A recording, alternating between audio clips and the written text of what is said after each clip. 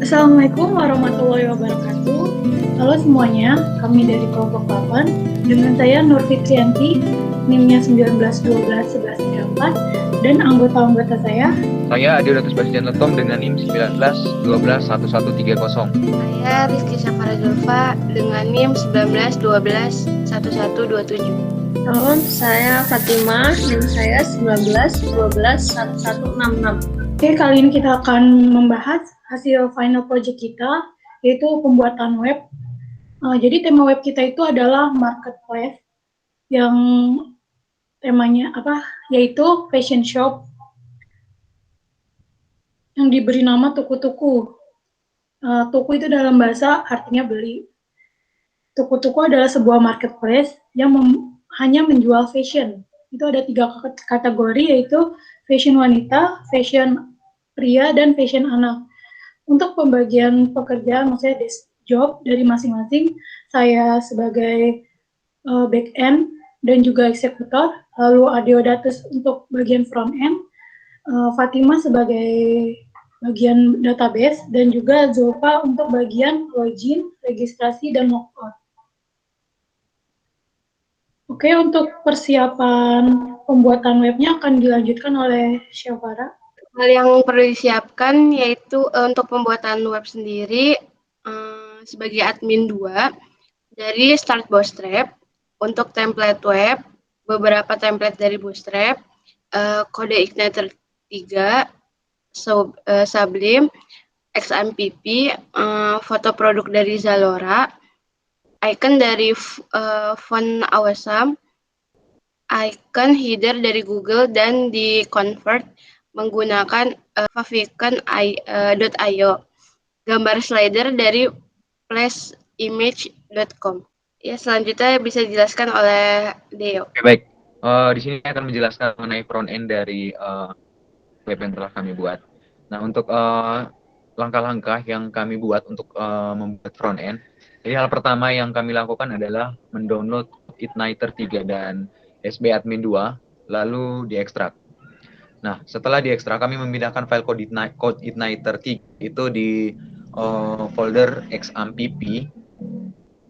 Jadi folder XAMPP, lalu di dalam htdocs, dan kami mengganti nama folder code Igniter dengan nama toko. Nah, jadi nama toko kami tadi sudah dijelaskan oleh Mbak Fitri. Nah, selanjutnya kami membuat folder aset di dalam folder toko. Jadi folder aset kami buat di dalam folder toko, dan setelah itu semua folder yang ada di SB Admin 2 lalu kami pindahkan ke dalam folder aset.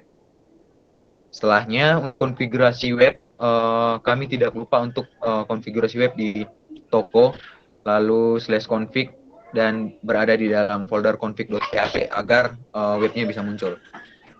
Nah, selanjutnya untuk membuat tampilan di CI, kami membuat juga file PHP di toko application view, yaitu dengan cara copy index HTML dari folder SB admin 2, lalu dipisahkan menjadi header, footer, agar nantinya template ini bisa digunakan berulang-ulang untuk beberapa halaman. Dan buat function index di controller welcome.php untuk menampilkan halaman dashboard. Nah, selanjutnya kami di sini juga karena menggunakan CI, beberapa bagian dari SRC ditambahkan. Di antaranya ada php.echo base URL sebagai pemanggil. Itu digunakan untuk pemanggil foldernya. Nah, untuk langkah terakhir, kami menyesuaikan tampilan website dengan kebutuhan web tuku-tuku. Jadi ada beberapa bagian yang dihapus karena tidak diperlukan. Untuk front end-nya sendiri kami juga menggunakan materi dari semester 2 sebagai referensi, lalu kami juga menggunakan YouTube sebagai media referensi juga. Nah, selanjutnya lanjut ke penjelasan mengenai database yang dijelaskan oleh Mbak Fatim. Baik, terima kasih Mas Deo. Selanjutnya saya akan menjelaskan tentang database. Yang pertama, untuk menampilkan produk, hal yang kita butuhkan adalah sebuah database. Database yang kita buat dinamakan toko online.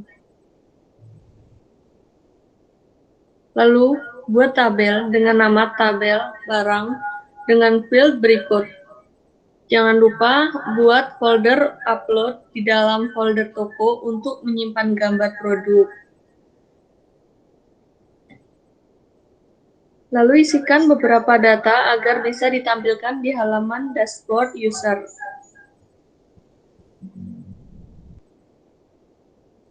Lalu konfigurasi database di toko atau di config atau di database PHP dan isi username dengan root. Dan database dengan toko online. Bisa dilanjutkan oleh Mas Dio lagi untuk menampilkan slider dan produk. Oke, terima kasih Mbak Fitri. Sekarang saya akan menjelaskan lanjut mengenai untuk menampilkan slider dan produk. Nah, jadi ada beberapa langkah lagi, ada beberapa step. Jadi setelah saya ringkas, stepnya ada 3 step yang digunakan untuk menampilkan slider dalam website kami. Jadi untuk hal pertama yang kami buat adalah kami membuat dashboard di PHP, dan itu berada di dalam folder application lalu view. Jadi folder berada di dalam situ, nama foldernya dashboard.php. Nah, untuk langkah kedua, kami menggunakan template carousel untuk slider dan card untuk menampilkan produk dari Bootstrap. Lalu copy dan paste dan disesuaikan dengan tampilan yang diinginkan. Untuk gambar slider kami download dari placeimage.com. Nah, selanjutnya untuk langkah ketiga, kami membuat function tampilan data, tampil_data pada model_barang.php yang sebelumnya sudah dibuat untuk menghubungkan ke data yang ada di db_barang, tentunya di database. Nah, selanjutnya akan masuk ke halaman admin. Untuk halaman admin akan dilanjutkan oleh Mbak Fitri.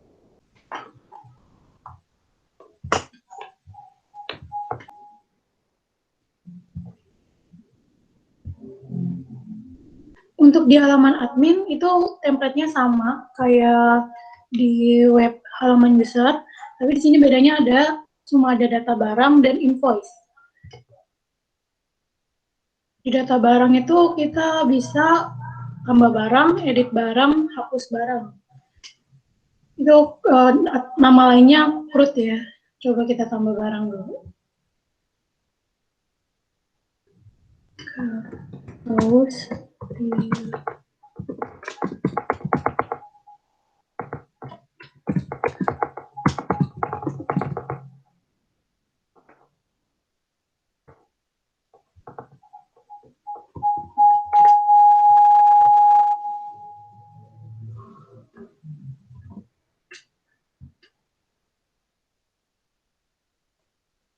lalu pilih file, ini udah disiapin.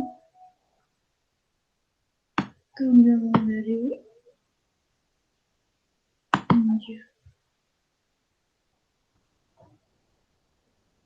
Oke, save. Lalu kita lihat kalau pria warna udah masuk ya, berarti tambah datanya berhasil. Terus kita coba edit kaos pria.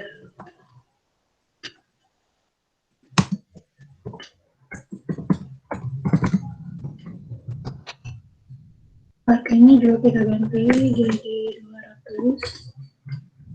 Stoknya ganti juga jadi 15. Simpan. Oke, coba kita lihat tadi yang kita edit. Kaos pria berwarna polos kaos. Terus 200.000, stoknya 15, berarti udah berhasil editnya. Coba kita hapus.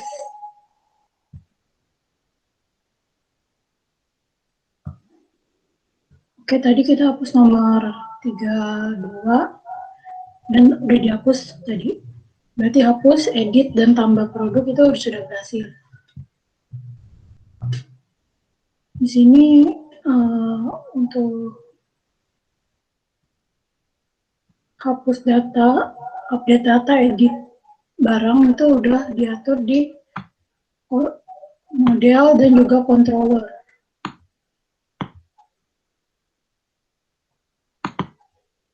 Nah, ini.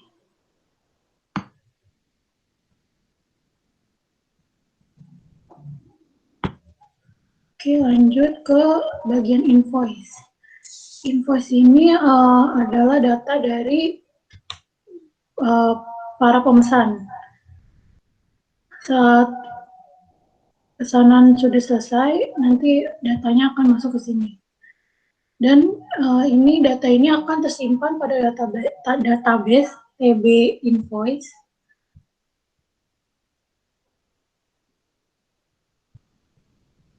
Dan juga terhubung ke TB pesanan.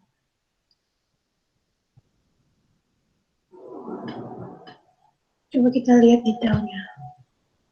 Nah, detail ini yang nantinya akan menghubungkan TB invoice sama TB pesanan. Yang selanjutnya akan dilanjutkan oleh Deo. Oke, baik. Terima kasih Mbak Fitri. Nah, sekarang saya akan menjelaskan mengenai bagian keranjang dan pembayaran. Nah, ini dari sebuah website jual beli tentunya tidak lepas jauh dari bagian ini ya. Nah, jadi untuk keranjang dan pembayaran itu disatukan. Saat kita menambah produk ke keranjang, maka item pada keranjang akan bertambah, dan saat kita mengklik keranjang belanja, maka di sana akan ada totalan harga dari produk yang akan kita belanjakan. Nah, jadi login dulu, lalu pada saat kita menambahkan barang belanjaan itu akan masuk ke keranjang dan akan masuk ke total pembayaran. Nah, untuk pembayaran, untuk proses pembelian, hapus barang, menghapus produk yang tadi sudah masuk ke keranjang, dan lanjutkan untuk menuju ke halaman produk. Data pembayaran yang tadi sudah diinputkan akan terinput di invoice seperti yang tadi sudah dijelaskan oleh Mbak Fitri. Itu berada pada halaman admin. Jadi seperti itu. Nah, lanjut lagi penjelasan mengenai database invoice akan dijelaskan secara detail lagi oleh Mbak Fatim.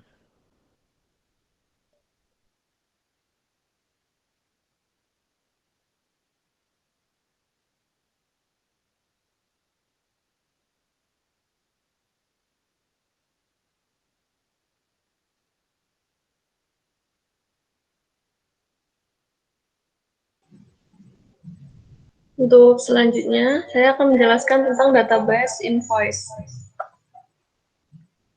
Saat proses pembayaran tadi, data yang diinputkan sudah masuk di database tabel invoice dan juga tabel pesanan. Field pada tabel invoice yaitu ID untuk ID invoice sebagai primary key, nama untuk nama customer, alamat untuk alamat customer, tanggal pesanan untuk tanggal pesanan barang, dan pada batas bayar adalah H+1 hari. Dari tanggal pesan, fungsi tersebut sudah diatur pada model invoice, sehingga nanti terisi otomatis. Aksi detail akan terhubung dengan database pada tabel pemesanan, sehingga nanti akan muncul produk apa yang akan dipesan. Untuk selanjutnya, tampilan kategori akan dijelaskan oleh Mas Dio.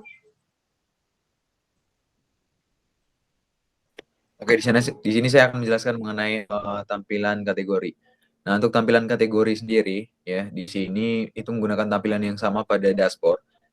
Bisa kita lihat tidak ada yang membedakan, tidak ada perbedaan yang jauh. Nah, di sini yang membedakan adalah saat kita mengklik kategori, maka hanya akan muncul beberapa produk yang berkategori sama. Tampilan pada kategori sudah diatur pada file model underscore kategori. Nah, selanjutnya masuk ke penjelasan mengenai login, registration, dan logout. Tampilan login dan halaman registrasi diambil dari template admin SB2, diedit sesuai dengan kebutuhan yang akan digunakan pada web. Untuk login dan registrasi, datanya menyesuaikan pada database mtb_user. Pada mtb user ada role ID yang berfungsi untuk membedakan admin dan user. Jadi kita hanya butuh satu halaman login untuk masuk ke halaman user atau admin. Untuk registrasi hanya bisa dilakukan oleh user.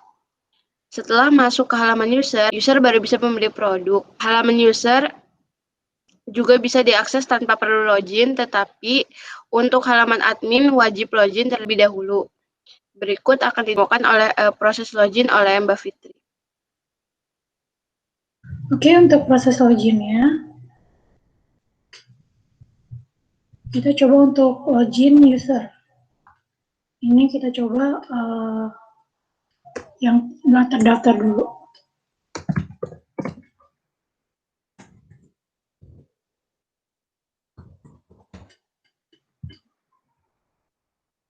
Username dan password salah. Kenapa salah? Karena nama Yanti itu belum ada. Coba kita registrasi akun.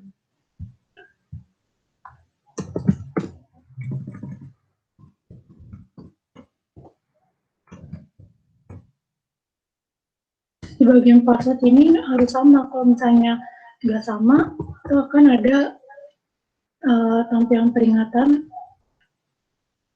password tidak sama. Coba kita ulangi lagi.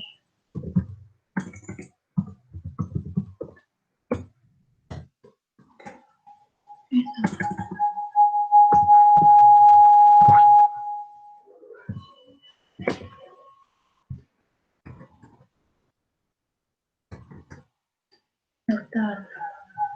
Nah, daftarnya itu berhasil dan data yang tadi kita daftarkan telah masuk di sini. Lalu kita refresh dulu.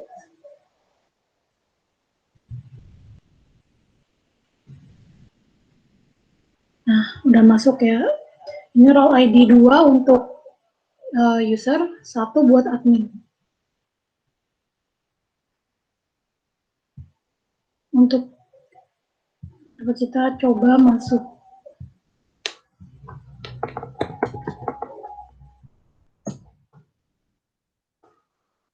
Oke, udah masuk. Selamat datang user. Kita coba logout. Bisa. Kita coba lagi masuk ke bagian admin.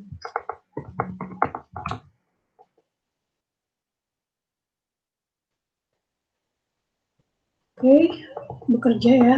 Selamat datang admin. Kita logout dulu.